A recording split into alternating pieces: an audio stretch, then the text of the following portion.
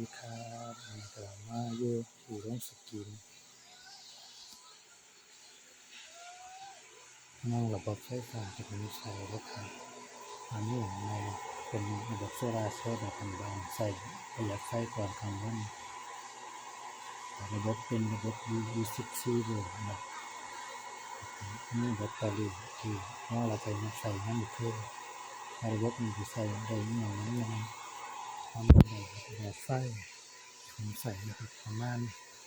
1 2 3 4 5 6 7 8 9 10 10 หลอดครับแบตเตอรี่รถยนต์ไม่ใช่แบตรถยนต์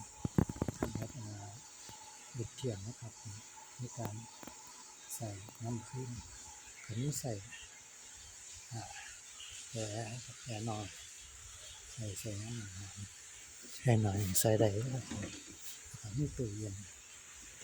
ก็เย็นเชื่อที่กันนะครับแบบนี้น้ำมีคนใส่แบบล่างบอกมันมาน้ำครับผมมีระบบติดตั้งได้ใส่ตอนกลางวันและกลางคืนก็มีระบบคืองานเว้นประมาณตั้งเวลาไว้ประมาณ2 โมงเช้าอยู่ทำงานนะครับหาไม่ได้จะตัดงานก็เลิกงานก็จะเปิดงานได้